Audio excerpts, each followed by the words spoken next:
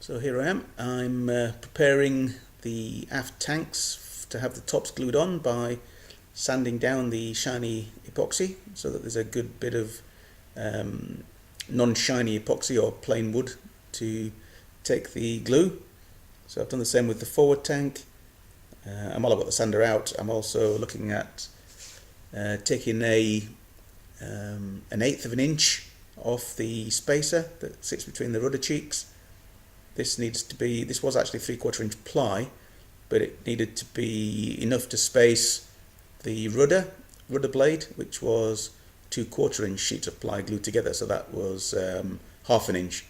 So 3/4 inch was a bit too thick, so I needed to sand it down by an eighth to make that, instead of 3/4, which is 6/8, I needed to make it 5/8. So it was just slightly wider than the half an inch, which is 4/8. So just taking off an eighth of an inch just by sanding. Now that's the rudder blade itself. So I just wanted to sand the edges to make that nice and smooth while I had the sander out. And now back to the aft tanks, making sure those are cleaned up. And now I've gone to get changed. Oh, now I'm going to get the brush and the hoover and just getting rid of the dust that I've created while sanding.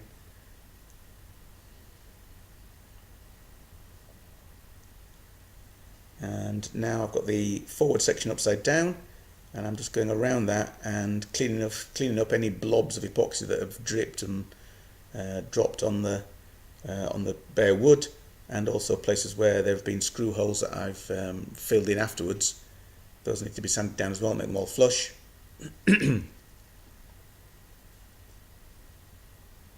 And also any places where the epoxy's run or dripped while it's been a little bit too wet and I haven't spotted it, and it's left some ridges on the bare wood. So that all needs to be sanded down to make the surface nice and smooth. And I'm also giving the shiny tape a very, very light scuff with a piece of paper by hand. That shouldn't be cut into by an electric drill, by an electric sander, but it does need a very, very light roughening up with the hand sandpaper just to make it take the glue, otherwise it won't stick. And then of course cleaning up, and now finally mixing the epoxy. And here I'm actually epoxying just a small piece of tape onto the the starboard side of the bow where the chine was a little bit too hard. So I'd sanded that down previously, thereby sanding through the tape. So I only did a short 3-inch section, and so that the wood didn't pop out, and that was a bit nerve-wracking, sanding that back. And about 2.5 inches was about as much as I dared to sand. And then I put a piece of 3-inch tape over it to hold it down, and that made that transition from the bottom to the side a lot smoother at that point, like it was on the other side. So now I'm actually doing the gluing up of the port aft tank.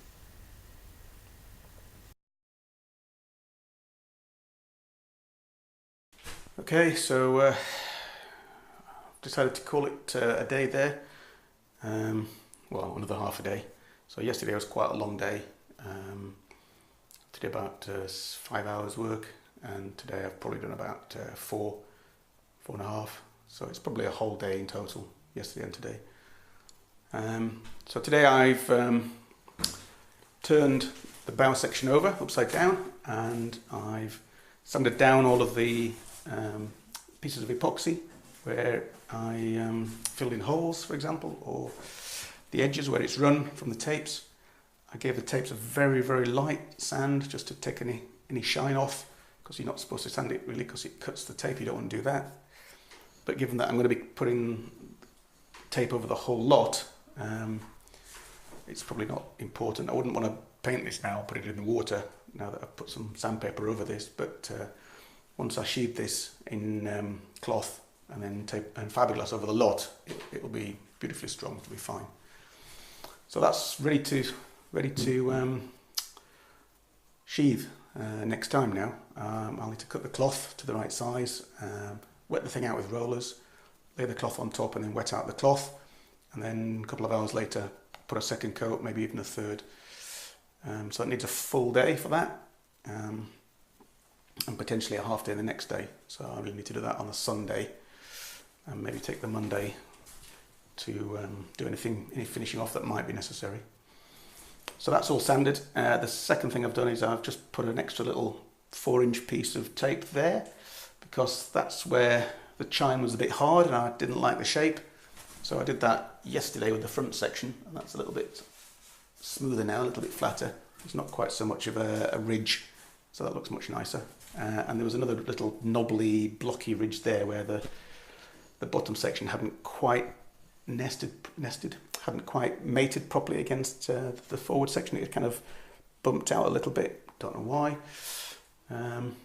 So I've just sanded that down to make it smooth, and then I needed to tape over that again because I've cut through the tape. So that's why you can see that's a little bit wet here and put some little runs. But I'll sand those back next time. So that's the forward section, and then yesterday I put the mast collar in. So I had to sand all that down and get all that epoxied in. So that's all done. And then today on the aft section, if I just spin around, see if you can see down below, what I've done is I've sanded the seat tops on the underside and the top of the frames where the seats, the top of the frames of the tanks, and I've glassed this one. I've epoxied, I've glued this one, and so I've glued this one now in place. But there was a bit of a problem with it.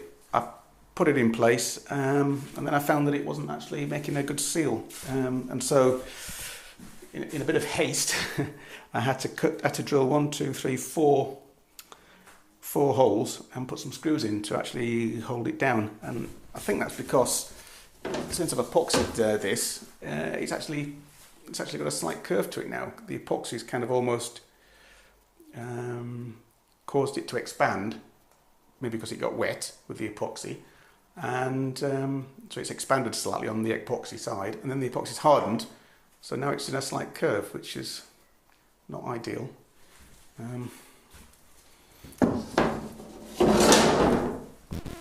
So really that's why I've had to screw that down, basically, to hold it down against the glue while it sets.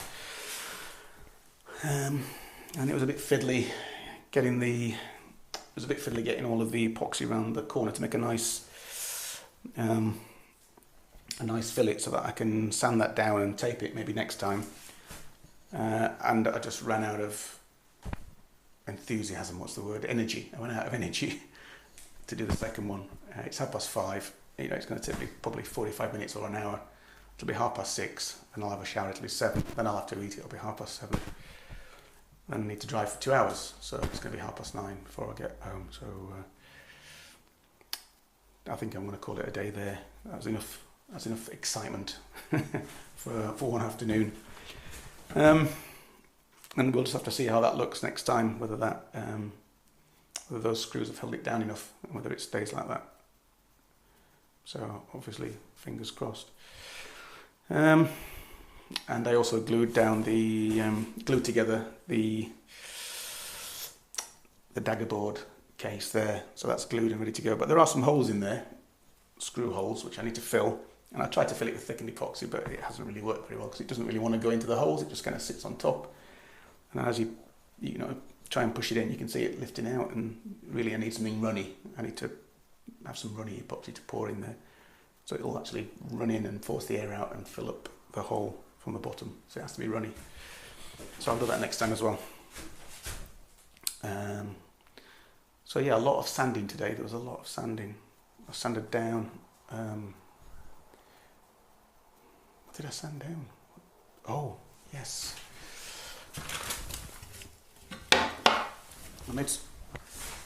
I've made some progress as well with the tiller. So the tiller, this is the spacer that goes between the cheeks of the tiller, and I've sanded that down by a 1/16 of an inch. So that is now just slightly thicker than the tiller. And I rounded over the tiller as well. So that's the tiller. And this piece is going to go there. And then the cheeks come over, glue onto this, and a bolt goes through, and then this will when the tiller comes up, it comes up like that, and then goes back. Oh, can you see? So the tiller's down there, and then when you pull it up, it comes back up to there. So that's the tiller ready to go. So yeah, a little bit more progress on that as well. And I drilled the hole, and hopefully it's in the right place. So next time it will be probably the foredeck and the other tank, and that tank maybe getting some tape and filling some holes. Oh, and sheathing this underneath. I've decided to do that first before I put the daggerboard in, the daggerboard case in. So I'll sheathe this, and potentially I'll scribe the keel and cut it. I might even then screw the keel temporarily to this section once this is sheathed first, and then I can put the daggerboard case in, and then when I cut through, I'll be cutting through, and then I can glass that in place, and it's just already good to go. I won't need to try and sheathe the glass over a hole which is there and then fiddle around with it, which might be a bit what's the word, finicky. Anyway, so that's the end of this episode. So if you've enjoyed watching, then please give me a thumbs up, and if you'd like to be notified when the next one comes out, then please just hit the subscribe button, and yeah, see you next time. Cheers.